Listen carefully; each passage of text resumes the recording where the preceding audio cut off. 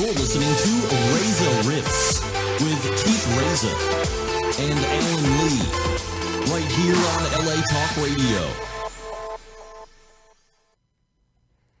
Hey guys, welcome to the show. This is week 7 or 8 or whatever. I'm here with my trusty sidekick, Alan Lee. Hello everyone. How's everyone doing? This is interesting because usually we do like a opening remark and then we bring up the guest. But this guest, for those who don't know, he's one of the coolest guys in the world. Very special guest. He used to be the main talent booker at the world famous Comedy Store. So Tommy Morris, guys, say hi to Tommy. Morris, ladies and gentlemen. Good to be here. Yeah. Great to have you. This is fun. I didn't expect Tommy to. No, we did not. Yeah, this is like a little treat. And living in Sherman Oaks was helpful too. Yeah, I know. Real close by. Yeah, usually when I ask people if they want to do it, they're like, "Where is it?" It's like Sherman Oaks. They're like, "Yeah, no thanks." A lot of people live here in Sherman Oaks. Yeah, but the Michael traffic. Chiklis lives like a couple streets behind where I do. I see him walking around taking a stroll. Oh, does he? It's a residential feel. I mean, just keep in mind, it's south of the boulevard or north of the boulevard. North of the boulevard, yeah, you're the valley. South of the boulevard, it's on the other side of Beverly Hills. That's where Oh my Sherman Oaks God, is. we already have a phone call. Let's put on the Oh, headphones. for heaven's sakes. That's We this is like 2 seconds. Hey, you're on the air. Who's this? Hello? Hello, from Vienna, New Jersey. What's this? Hello? All right. Yeah, that was a good one. that was a Great phone call. That was That's one what to put the headphones on. Used to get those kind of phone calls late at night working in clubs. Oh, yeah. A Yeah? lot of them. There you Now, go. before you were at the Comedy Store, you worked in Florida at clubs. Yeah. What would you do there? You were Kind of a person, a little jack of all trades type thing. yeah. I got out of college down in northern Florida, Jacksonville.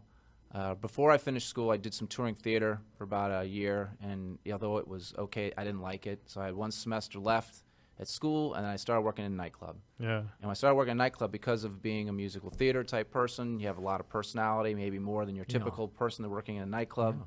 So Yeah. I kind of got into doing their skits and all this type of stuff.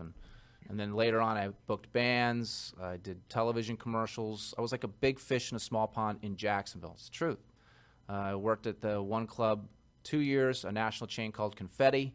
And then I started working at a club called T-Birds. And comedians have mocked me out for that have known me for a long time. But I had a good time there. I was there 15 years. Maybe I shouldn't have been there that long. But I had like my own little world I lived in. Yeah. You know, I worked the door some. I DJ'd happy hour. I picked up DJs. I made all the radio ads. I even started doing even more radio ads. So I went from doing radio ads for that club to ghostwriting for all these other clubs.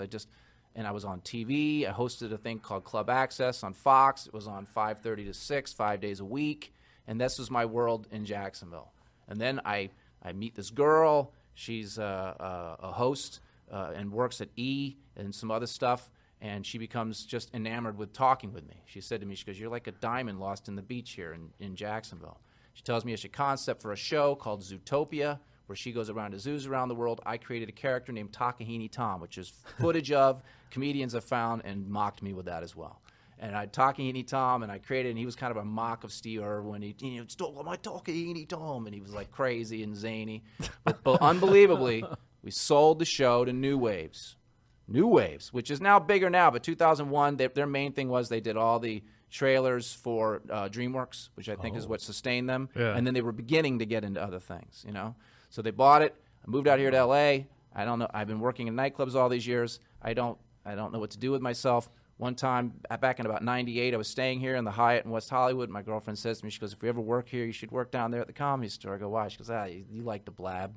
So I made a list of all the comedy clubs, the Laugh Factory, the Improv, the Ha Ha, all of them. I call them. Believe it or not, the Comedy Store was the only place that was friendly on the phone about coming by and applying. The two people I talked to, which are now successful comedians, Freddie Lockhart and Steve Simone. And they told me Steve Simone. Yeah, they were on the phone. And I came by and I talked to them, and they told the manager to go ahead and that they should bring me in because I was like a cartoon. Who was the manager at that time? A guy named Rob Rothman. Robert. And Rob Rothman always came by all the years later and always said like I was his great discovery because he had hired me. You know? But I came in, I did a phone interview for him because I've been working in nightclubs all those years. Yeah. He said, that's the best phone interview I've ever heard. I went in and I started working there, and I just did the phone for him. I did the phone, but I have a salesman. Sales is the family trade. Okay, sales is the family trade, so it's like I get into it. I get more into selling people coming out than selling a car. I'm like always been in selling an event. That's why I did well at the T-Birds Club. So I increased their sales like a certain percentage in a month. So one day I come walking in, and there she is, a legendary Mitzi Shore. And I go, hey, Mitzi, I'm Tommy. And she looks up at me, and she goes, oh, my God. She goes, you're cute. And then the next thing, I started driving around to some doctor's appointments, and I got involved in the Comedy Store. So understand that I got involved in the Comedy Store by way of not knowing I was going to get involved with it the way that I did. It was like Totally it's kind of a unplanned. magical occurrence. Yeah, totally Now, unplanned. how old was Mitzi when this happened? 71. Wow. She wasn't driving, but she was still walking around. Yeah. And I worked there the last year she ran it alone. Yeah. So she ran it alone my first year, and then Peter and Polly came in and started overseeing things in like October 2002.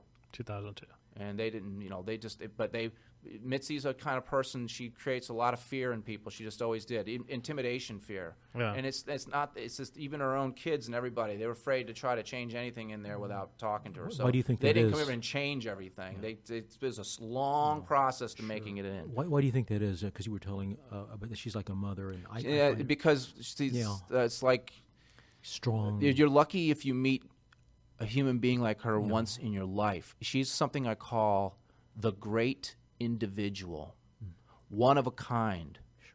Didn't even talk like other people. Yeah. But by the time I'd met her, had been through so much that she was leery of the sale act, and people just trying to be. You couldn't manipulate her. Yeah. It was impossible. But it's not that she was mean about it. It's that she just watched you. The woman, a few words, but the words that she said had great impact. And I just became enamored with working for her and the legend of her. It's still to me, and I don't mean to go on to just to talk about it, but it's still to me, I wish more people knew about her. I wish, that one book tells about her a little bit. I'm dying up here or whatever. But I read that book. But she's something else. She changed the whole dynamic of comedy. Yeah. Because an actual artist like a Clive Owen or who's the guy that did Motown, real artists, when they get into this position, they change everything. Yeah, the landscape changes, and you were part of that, and that's an amazing thing. Well, I think the cool thing is that, like, this lady took you in and trained you, and then in just 1 year, you were, like, you took everything. It wasn't about training. I wouldn't even say she trained me. I know people would think that because I definitely wanted to elevate that. She just saw what I was. Yeah. I came in, I And made you her kicked laugh ass. going to doctor's appointments, and I'm also respectful. We had talked about this before the broadcast began. Yeah. It's to do with your mothering. My mother she detested crude men. She really wanted her sons to be respectful of women. Yeah. And so she programmed it in. And so Mitzi felt that energy, and that creates comfort. Yeah. In other words, you know what I mean? She didn't feel, and not that I was going to, but I'm just so respectful.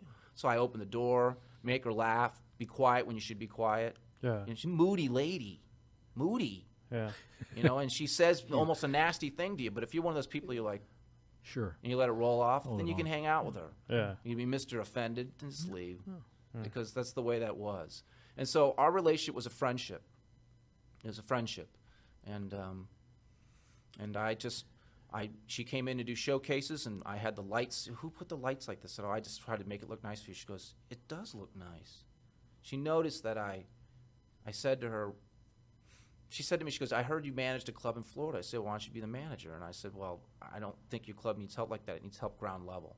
Yeah. She goes, what do you mean? I said, it need, like the door, the phone, greeting people, talking to them. There needs to be a reconnection with the local people. Yeah.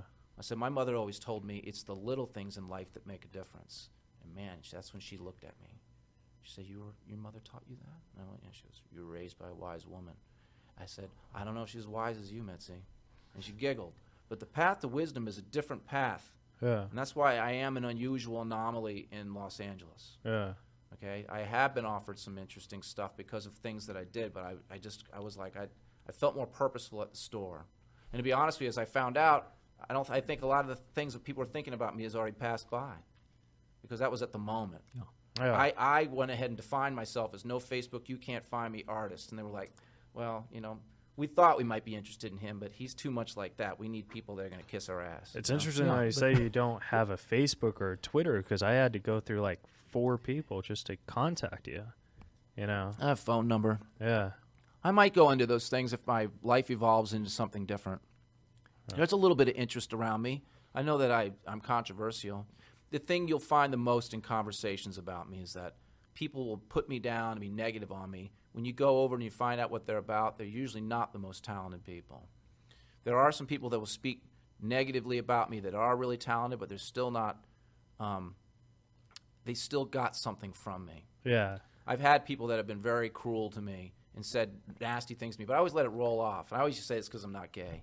I don't get offended and go, well, we'll just see now.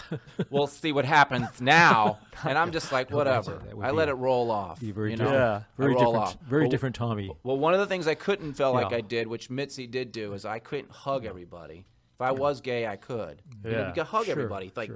I just didn't think it was the right thing to do. I never felt. And then with girls, with all these young girls working out and stuff like that, I thought it wouldn't be right in a way. I thought there should always be a thing where there's that space of their comfort. If they want to give me a good set, but let the friendship go. I never wanted any, and not that it would, but I didn't want any girl to ever think that they were going to get an opportunity there or not get an opportunity based on something about that kind of energy that can happen between men and women. I try to get that off. Well, your honesty about talent and telling comics where they're at, I can see that would not fit in at all. You told us, Yeah, to finish like what it was with Mitzi. So I work for her. I'm helping get things set up. She says to me, she goes one day, she goes, you should be a comedian. She goes, I'll think you'd give it a nice twist. That is a quote. Nice. And I said, Mitzi, I know I have the skill set to do it. The problem is I've been noticing while I've been working for you these past 3 months or so that people that want to do it are obsessed with it. Yeah. And she goes right away, she goes, that's true. And I went, I'll never be obsessed with being a stand-up comedian. Yeah. I'll do it. I'll host something, but I'd love to play my guitar and sing too, and not a parody.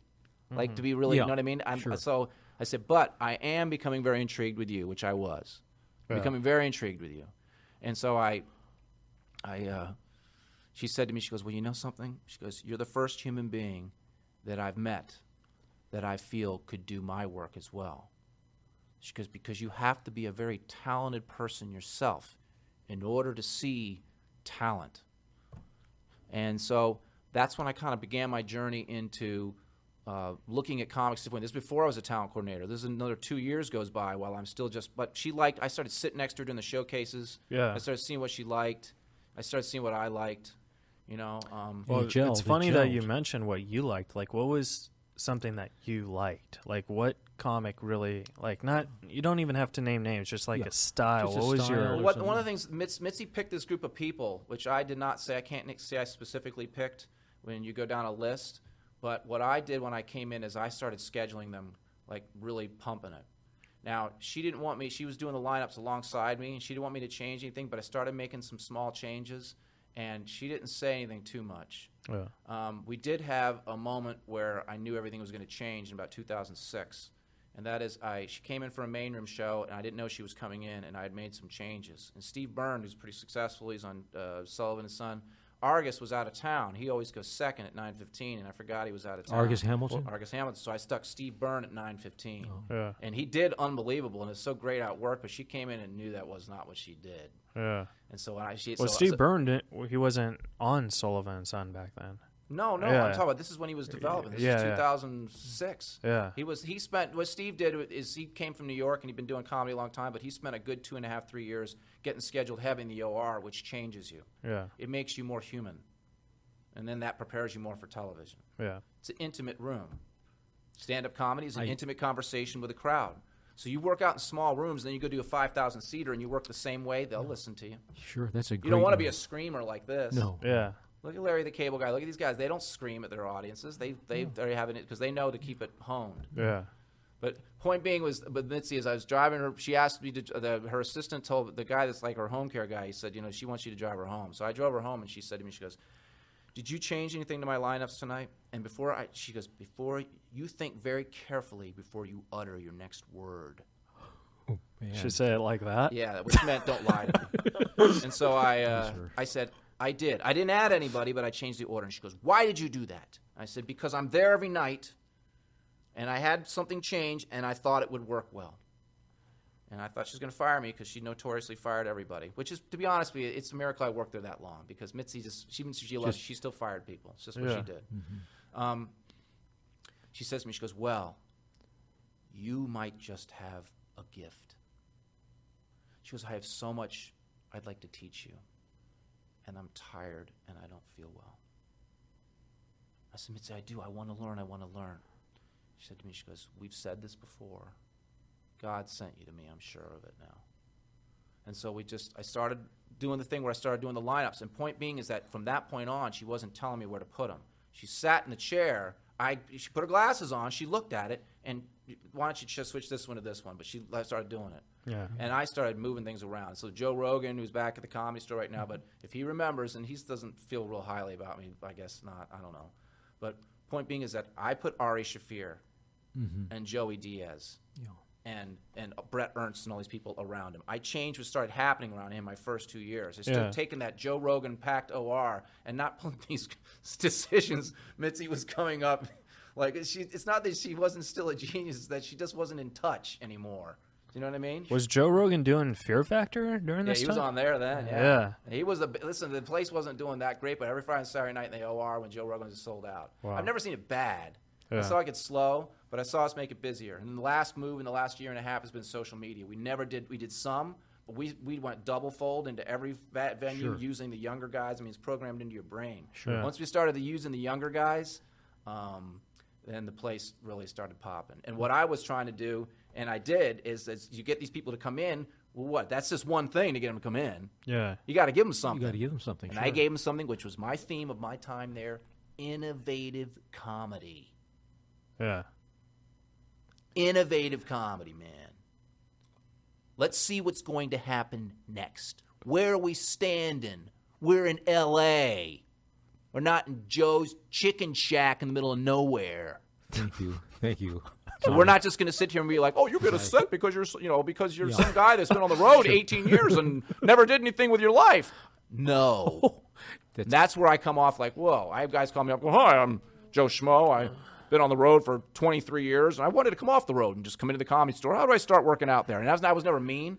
I'd be like, because the store's not. I'd be like, "Hey, you come by, you can work out." And this is isn't just like the place. This is me, and they know that because these things don't happen there anymore. Yeah. You just talk to the talent guy there. Now Adam is an industry savvy guy who has a smartphone and a Facebook page and everything that you're talking about.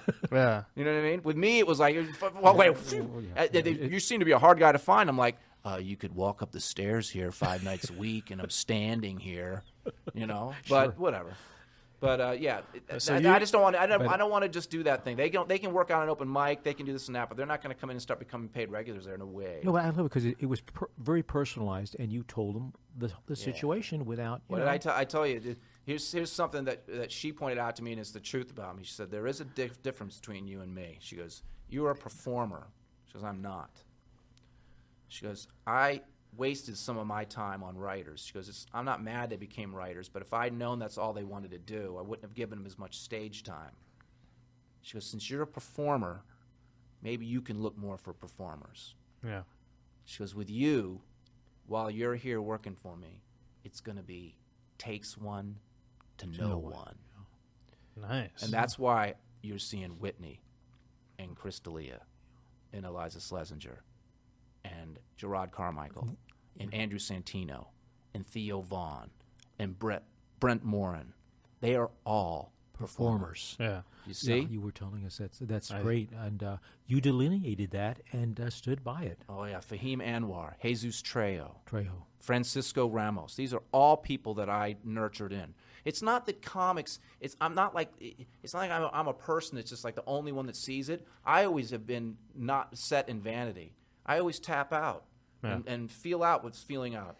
I would say to comics all the time, and I still will now, I'm like, if you're doing all right, it's not only will you know, but the comics will let you know. Yeah.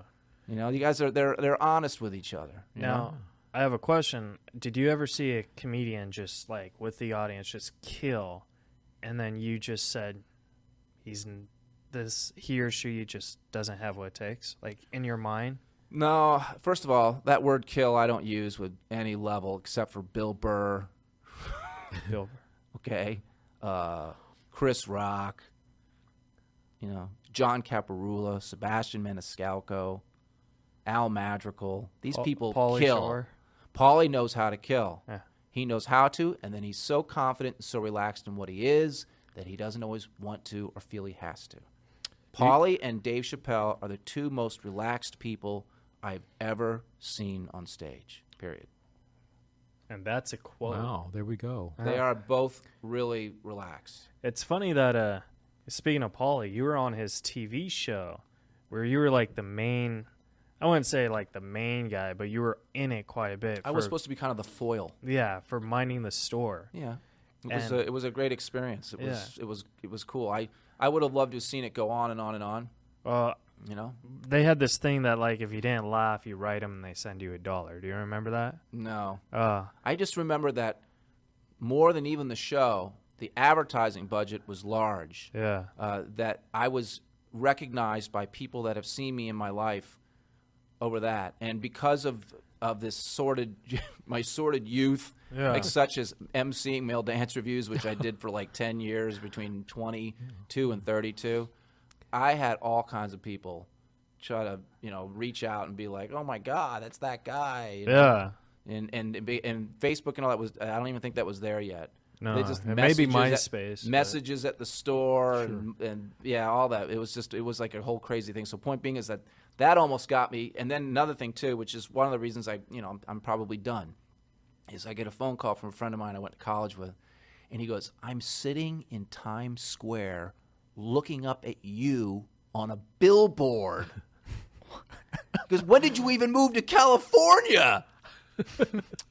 So I've been on a billboard in Times Square with Pauly and everything from minding the store. That's awesome. And so I would say some people have whole careers Yeah. and never on a billboard. Yeah. So I think I already peaked. That's cool. That's why God. that's why I really don't know what's next for me. Okay, that's the truth.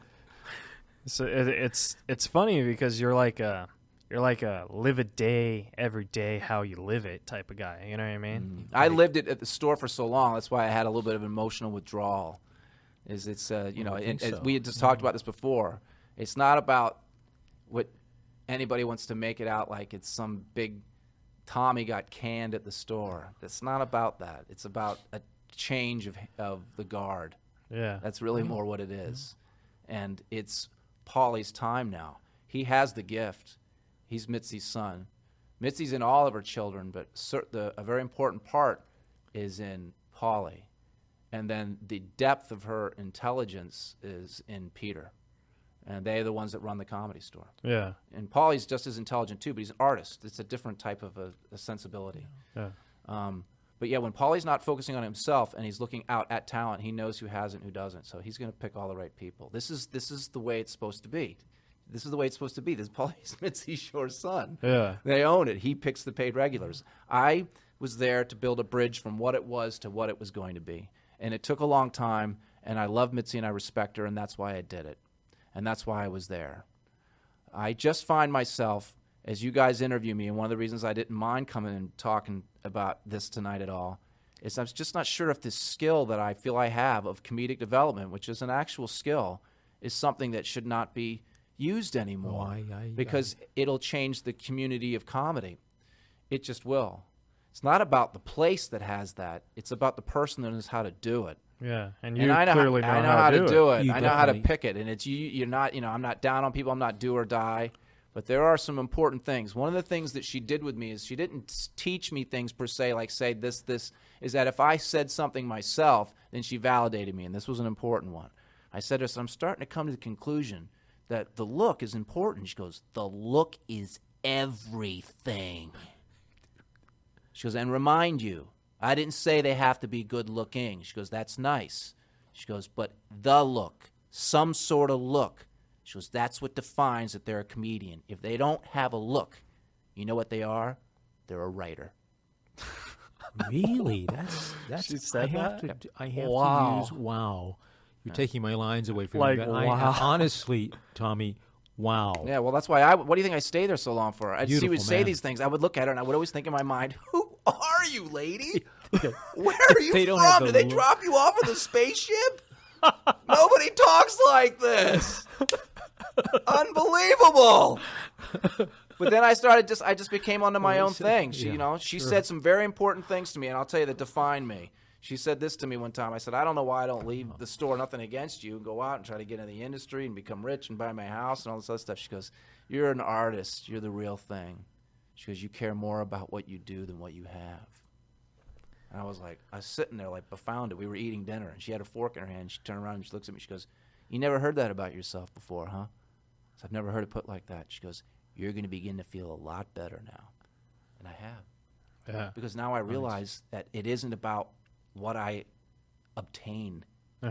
It's about the impact I have, which I do feel I did achieve during my time at the store, is I got to leave an impact on people. I swear to you, I don't have as much as everyone should have in their life. I just don't. But I have gotten probably, in my time between the T-Birds Club in Florida and the Comedy Store, 1,000 cards from people thanking me for talking to them and giving them like the time of a feeling. And here's the thing to go into about that. Talk about comedic development, the skill, which we have to talk about. How is it? What has it done? There is a thing that works to it. Yeah. And I think I was kind of doing it a little bit, but I did get. I'm very curious about I did get a lesson. Yeah. And this is what Mitzi Shore said to me. She goes, first thing to know is don't tell them what to say and don't tell them what to do. She goes, but if you have a feeling that comes to you the moment you're watching them, a thought that you think might be helpful, she goes, go and tell them when they're done their set immediately. She goes, most of the time, it'll be beneficial to them.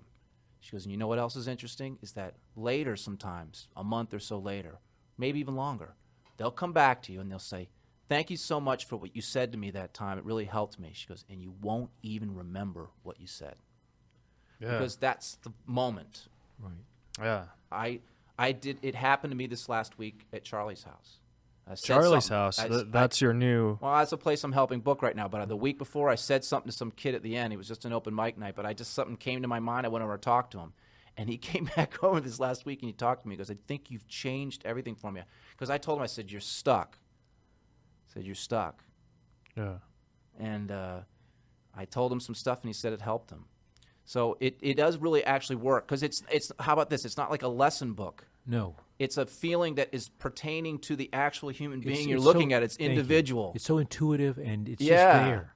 And sometimes it's not about saying a specific thing. Yeah. It's like, it's like stop defeating yourself. You're doing this. And then there's the basic things, which I've been talked to a little bit about doing some seminars. I've been talked to about a couple different things. I don't know if I want to do that. I don't know. Well, you said you got talked to writing a book, but you. No, I'm not going to. No, people had always said I should do that. Yeah. I don't know about that. I don't know. Like I said, this Comedy Store in Mitzi is the Shore family's story. That's the God's honest truth. It's not my story.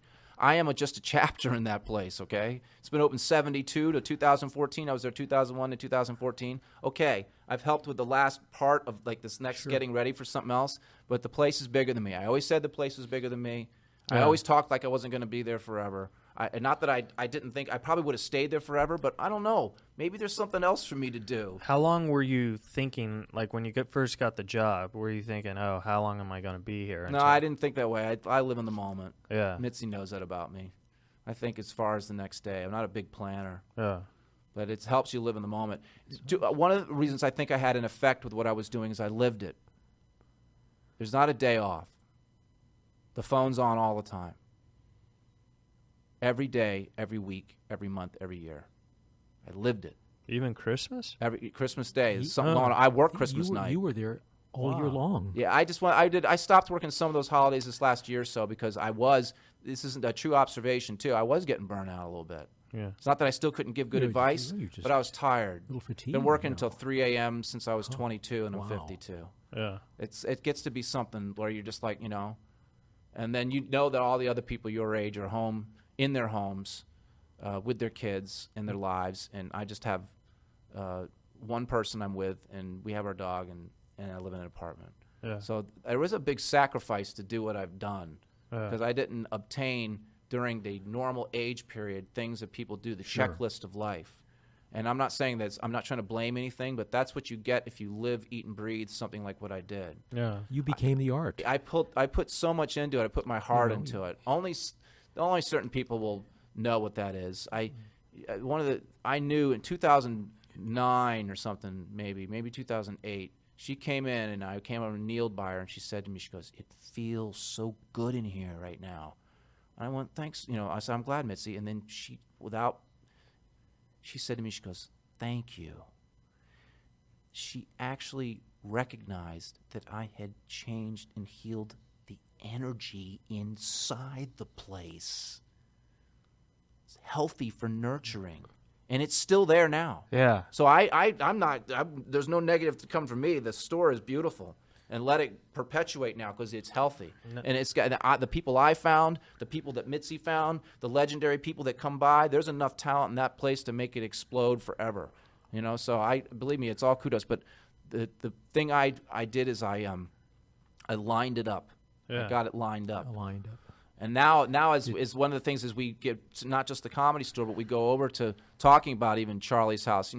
Vaucluse, I mean, his lounge. That's really what it's called, but it was Charlie Chaplin's house.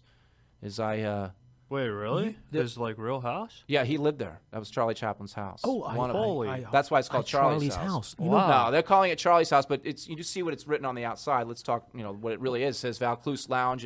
It's owned by some people, and they do all kinds of events. Well, no, because we were going to go Monday, Tommy, but we quite couldn't frankly, find we were it. looking at it, and I came across Charlie's house. I went, "Wow, Charlie Chaplin's house." I was just Googling. I went, "Wow, that's really cool." If we knew that 'Cause was I love, this I love the place, history of we would have buildings. went in. So he's just told us. Vaucluse Lounge is Vaucluse Charlie Chaplin's Charlie house. Chaplin's Wow. home. Can you imagine that? Yeah, I mean, I'm Holy sure he Lord. had many, but he Yeah. had one right there, Yeah, which was wow. smart because he was, right in the center Cool. of making the whole movie thing happen. And Yeah. West Hollywood has always been the brains of Hollywood. Yeah, Give yeah. it a compliment.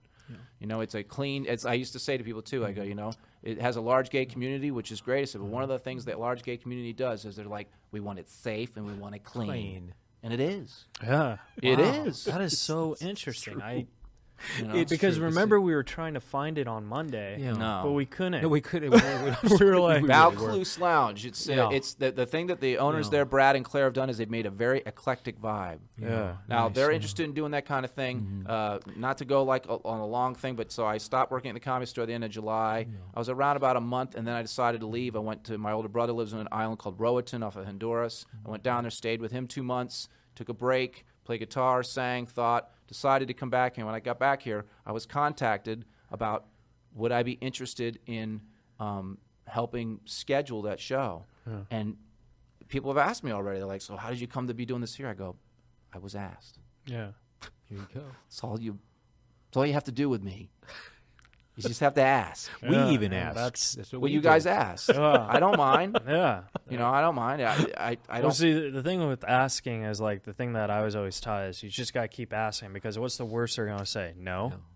It doesn't get worse than no. does it, Yeah. Tommy? It's like, Well, no is. I think when we come here to Hollywood, we're Yeah. going to have to hear no, and we have lot. to learn how to get A lot. past it. Ooh, yeah, big exactly. no. You got to make I tell people, terms. I talk to comics a lot about things outside of their stage work that they have to think about. And one is you want to be tenacious, but you don't want to be annoying, because I've seen people do both. Yeah. So I point out to a young comic, I go, I just want you to know that I know you think you're being tenacious, but you're being annoying. So stop being annoying. That's actually great advice, though. That's very good. Because if you want to, keep getting spots or whatever, just be like, look, I know what you could do. Call once a month, not Yeah, once but these a self-help week. book things, Oh. all these things where people are Never getting all these take ideas no for to, an it's answer. just all Oh, stupid. God. Yeah. I mean, I thought they showed you the perfect mockery in that Magnolia movie with Tom Cruise playing the guru guy. Yeah. Never to, it's like, and he's there crying over his I father love later. that. It just shows you. I love just that. shows you. That's a great scene. Yeah, but comedians, the stand-up comedy is an art form. It's a new art form. It hasn't been around that long. I mean, there was people telling jokes and stuff like that, but I'm talking amplification with a microphone and a PA system. So you're it's not talking around. less than 100 years. One of the things I like to point out to people is that there's people have been using humor throughout all of time. Plato was funny. Plato got people to laugh, so they would listen to him. Abraham Lincoln was funny. So these people can talk about serious things with humor. So stand-up comedy is one of the last arenas of free speech. It's one of the last places where people can say anything they want, almost. I mean, people have been saying certain words. Yeah, especially and then they get in lately. Trouble. Well, it's because you got people now being able to stand up and say you shouldn't be doing this. I really don't. I don't think there's anything wrong with that at all. The N word, which is a big one, is okay because it was used in such a derogatory fashion for so long at African American people that they should be allowed to only be able to use it among themselves or not have anyone else say it. And I think they just deserve that. No one should even try to fight that. And I saw comics try to say, "Oh, I can still say that," and then they got talked to and they can't. Now, what about the R word? Do you feel the same thing about the R word? I'm trying to forget what's the R word. What's the R word? It's the retard. I don't know. No? I don't understand. I'd have to be the context. I don't want you to. Because, see, the thing is, I have autism. I have this thing called Asperger's syndrome. So whenever comedians say the R word, I take huge offense to it. Okay. Because it's like... Well, how about this? I don't even know why they would need to say that word. That's what I'm trying to say. Like, why do you have to rely on that word? No, I don't think they do. Just remember, you're going to stand in the entire arena of comedy. You're not just going to see headliners and know what's going on. Yeah, but see, you're going to see... People don't even need to say the N word. You could just... You're still going to be someone's going to Someone's try. Well, gonna they try. do. Yeah. Okay, African American comics do. That's what I'm they saying. say it but I'm just saying that they can have that word. That they can use it any way they want. Because they own it's it. just it's better than trying to make a innocent. debate about it. Yeah. It's just like Yeah, it's no just problem. no problem. You have that. It's you got that right. Yeah. I mean, there was some mistreatment there for a long time. The only thing I ever say, which I don't like, is that it wasn't me. You know what I mean? So don't get mad at me. All right. Now, I have a question. When you were talking about changing the guard, did you know, like, the guard was about to be changed? Like, I got a feeling. You had a feeling? I just kind of felt like, it's like it's Groundhog Day for me. Yeah. Okay. I can't. That was a great movie. It is, but it's just it's perpetuating. Yeah. It's one, but ultimately, I was in a powerful position, and just like the uncle says in the Spider-Man movie, you have to be responsible with power. You have to be great power comes great responsibility. Yeah, I felt like I was. I didn't abuse it or anything like that. If anything like that, I tried to be more explaining. I take the time to talk to anybody. People wanted to come up and really ask me. The only thing that I got a little bit of a reputation for, and I'll keep till as long as I go, is that if you want to actually engage me that way, if you want to have a conversation, and you're going to take no for an answer, even though I may have already said something to you, then we're going to have a conversation, and I'm going to be honest with you. Yeah. And you can say anything you want to me. It ain't going to bother me. Yeah. I've had people trying to say stuff about me and my face and my back my whole life because I naturally am a lot of things that they're not. And that's what they do to people like me.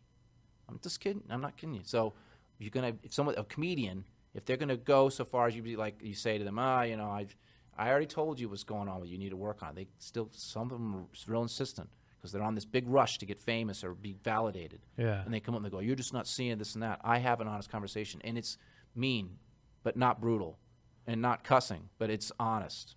Yeah. And I tell them, and the center of what I'm telling them is, it's not happening. And that's it. But those kind of conversations, that's why I've gotten a lot of hatred stuff.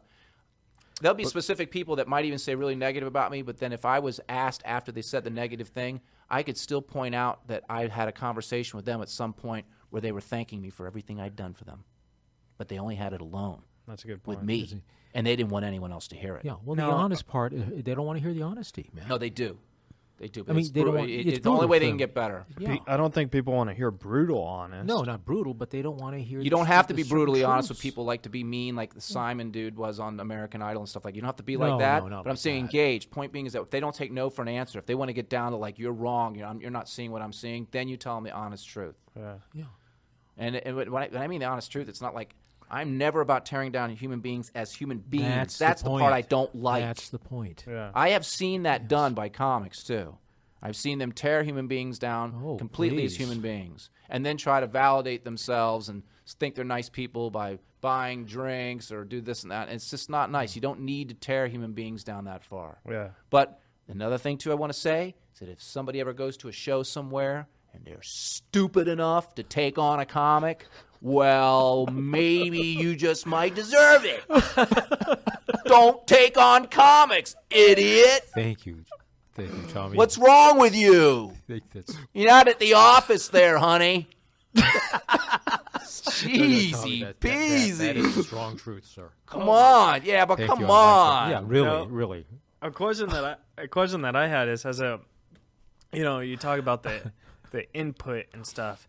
Has a comic ever, and you don't say names, but has a comic ever taken your input a little too personally and maybe wanted to do violence towards you? Well, not my input, no. No? Just whether they're getting spots or not. Yeah, I've been thrown against the wall. I've had fingers pointed in my chest where I got bruises.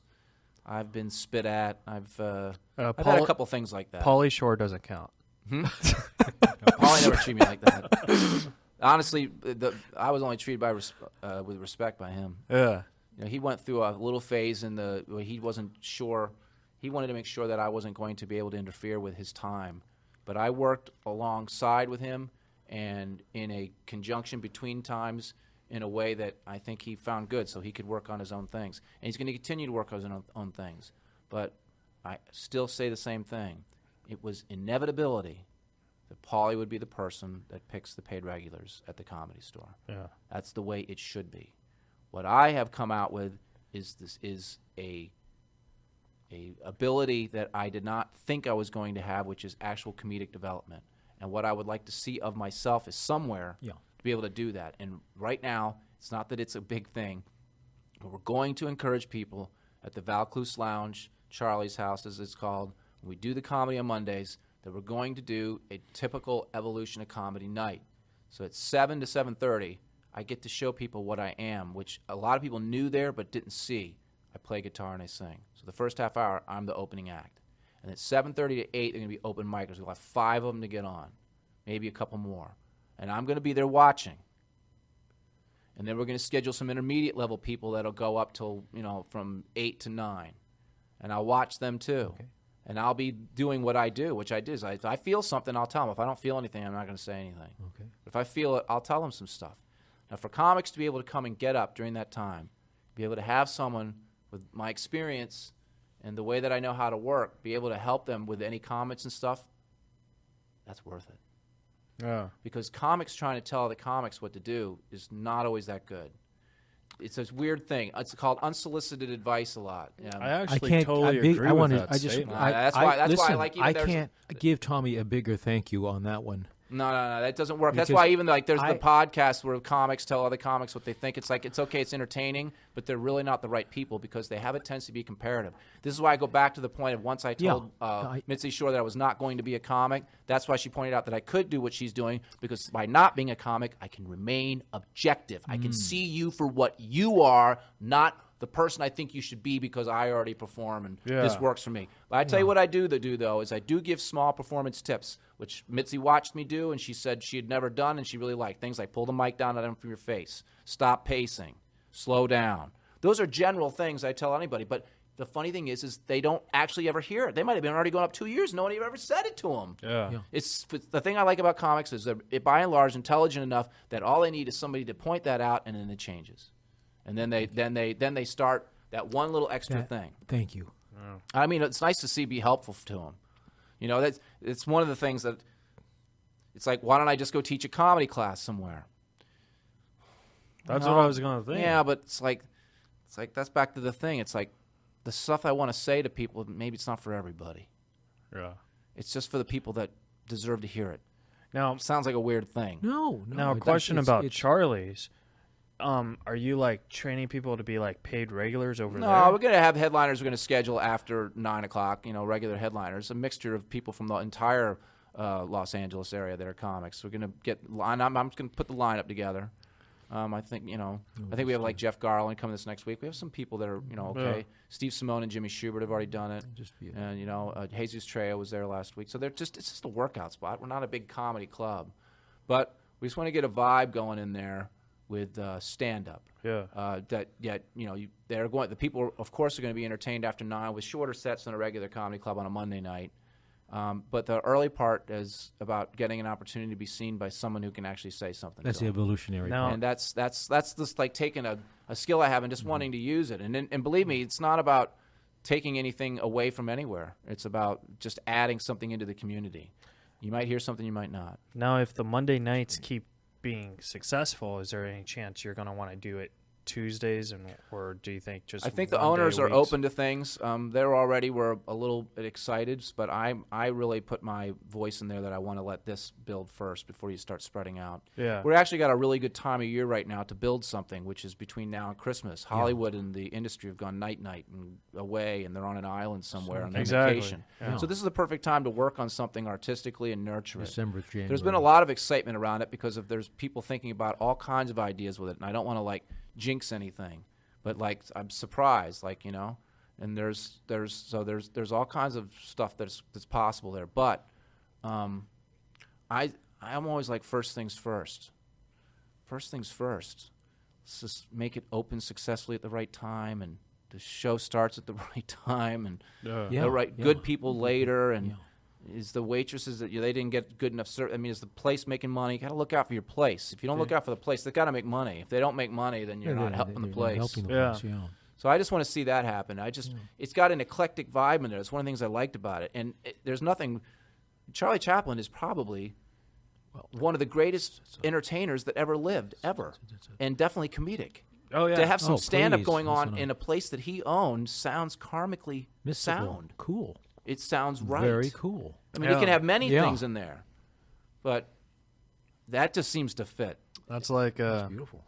With the success of that, who knows? Maybe stand-up will happen at the Bob Hope Airport. Because he lives close to that area, but I'm telling you. Yeah, but no, man. You have any other questions for Tommy? God, we were talking back here, and I mentioned that Kinnison thing. Is there anyone that comes to mind that you want to talk about their style or something that hits you a little anecdote? I like that one about Kinnison, or anything that you want to say, Tommy. Oh well, the legend of the place that's something that can be told by so many comedians. I met so many great people there. That's one of the things that I'll miss about not being there. It's one of those type of places so many people have gone in. I'm not even just talking the performers.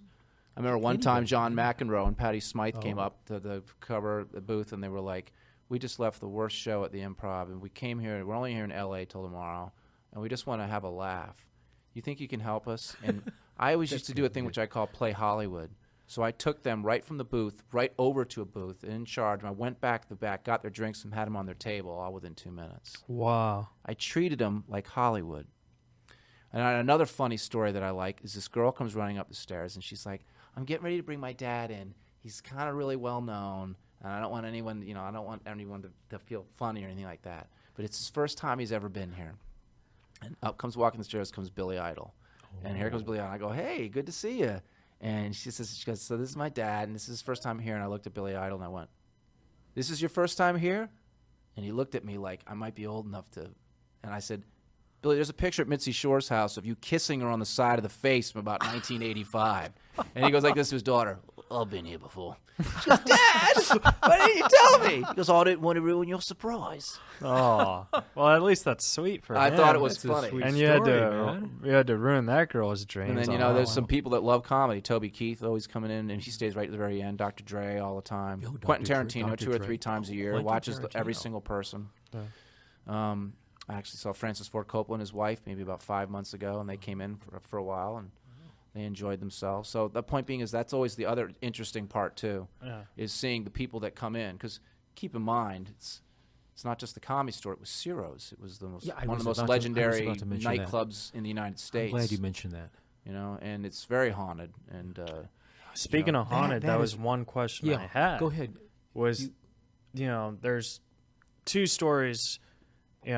we only have 5 minutes, so if you could like chim it up a little. But there's 2 stories of haunted about the Comedy Store. One, the comedian who killed himself. They say that his ghost haunts the store. And then I saw a TV show on like Mystery Detectives, and it said the store's haunted too. And you've been there for 13 years. Did you ever see haunted or feel haunted? Yeah. Tell us a It's like quick this. I tell story. people when they're there during the night, they're like on a, come in for the show, and they'll say, "Oh, is the Comedy Store haunted?" I go, "Well, yeah. I mean, it's great now. It feels great. 3 a.m. Creepy. Creepy. Very dark. Like, what's the most Scary, creepy. What's a haunted experience for me? Like, Cold spots are common. really? You walk through an ice cold bit of air. It's only at the time. You got to understand Wiccan.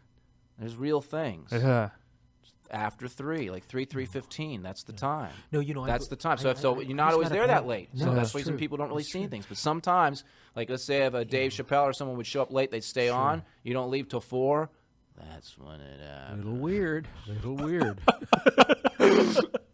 Creepy. And it's an energy. I think it had a hold of me. I don't know. It just wanted me to. Yeah, I was going to make me Jack Nicholson in The Shining at the end. You've always been here, you know. But it's kind of the truth. Oh man. That would be interesting. Tom. Well, it's that's so that's funny. Well, That's I true. kind of thought I was starting to think that might be what happened, but Yeah. in a sense too, like I said, I like being a person that Well, we're out of time, but anything you want to just Anything you Charlie's wanted on to- Anything Mondays? you want to tell us? Anything at all? Just Well, yeah, any- two things. One, I'd like to say that I treasure my time at the Comedy Store and working for Mitzi Shore, and I wish the place nothing but continued success. And I have great affinity for the Shore family. They always took good care of me. And then I want to say that, yes, it's nice to be emerging again a little bit at Charlie's house. I'm going to give my artistic input. People want to come by. I'll be there. And I'd like you to listen to me sing, play my guitar, even if you don't even want to see that part of me. But Excellent. it's who I am, Center. Well, Keith and I And will thank be you there. for having me, both of you. I appreciate it. I do. No Thank worries. you. We do gotta get going, but follow us on Facebook. Tommy doesn't have one, but listen to the podcast and see him on Mondays at Charlie's. Thanks, guys. Thank you, Tommy. You're listening to Reza Riffs with Keith Reza and Alan Lee, right here on LA Talk Radio.